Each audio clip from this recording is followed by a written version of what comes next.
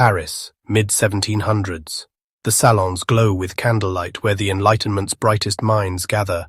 Voltaire dazzles with wit, Diderot charms with reason. These are men who believe civilization is on the march, that progress will free humanity. And then into this glittering room steps a man out of place. Jean-Jacques Rousseau. His coat is worn, his eyes restless. He has no interest in the games of status or reason polished into marble. He distrusts what the others celebrate. In 1762 he writes words that burn, "Man is born free, but everywhere he is in chains." What chains? Not iron, not shackles. Rousseau meant the invisible chains of society itself. Status, class, wealth, the hunger to please, the fear of shame. He saw Paris glittering with fashion, but underneath, people enslaved to appearances and vanity. His solution, a social contract. A society where people agree to live by rules that serve all, not the few. But such a vision terrified kings. His book was banned in France, burned in Geneva, and Rousseau fled into exile. He found solace in solitude, walking forests and mountains, insisting nature taught more truth than polished courts ever could. He never lived to see it, but his words were sparks waiting for dry tinder. 1789. Paris is starving. For years, nobles and clergy lived in luxury, exempt from taxes. Peasants bore the weight. Bread riots swelled as harvests failed, and grain prices soared. Mothers cried, "We can't feed our children."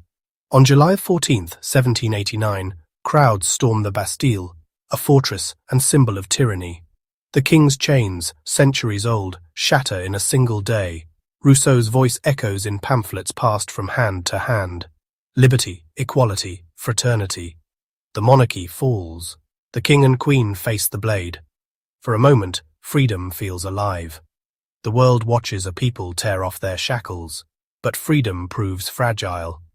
By 1793, the revolution eats its children. Robespierre and the Committee of Public Safety declare terror the order of the day. Thousands are executed, not just nobles but allies, friends, even revolutionaries themselves.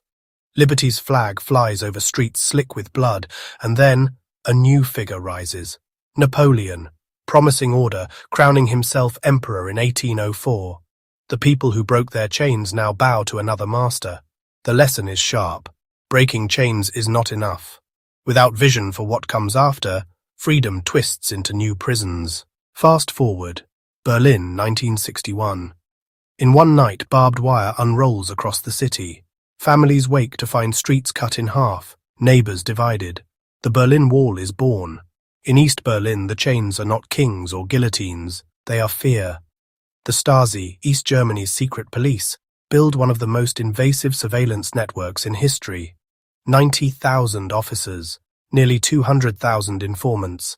That's 1 in 6 adults tied to the system. They open your mail, tap your phones, plant microphones in your walls. Sometimes your neighbor reports you, sometimes your own child.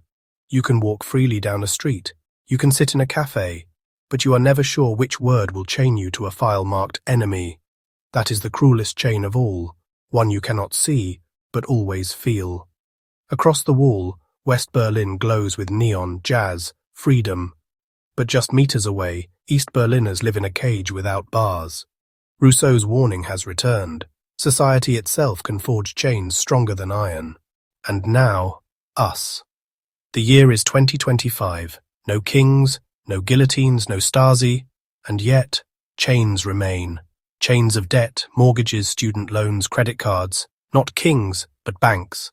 A life signed away in interest, generations working for freedom that never comes. Chains of screens, algorithms whisper what to watch, who to follow, what to think. We believe we're free because we scroll endlessly. But how free is a choice if it's decided by invisible code? Chains of comfort. We surrender liberty for convenience. Smart devices listening, phones tracking, data sold. We trade privacy for the ease of one click, one tap. The cage feels soft, and that makes it harder to escape. Rousseau's words sting sharper than ever. Man is born free, but everywhere he is in chains. And now most of those chains we clasped on ourselves. So the question is not whether you are free. The question is, which chains are you wearing, and do you even see them? Athens lost freedom, Paris lost it, Berlin lost it. Freedom does not vanish in one blow. It leaks away, one silence, one surrender at a time. We are still born free. But unless we fight to build something better, we will stay bound, smiling inside cages we mistake for comfort. I'm Quinn. This is Think Again. Until next time, question on.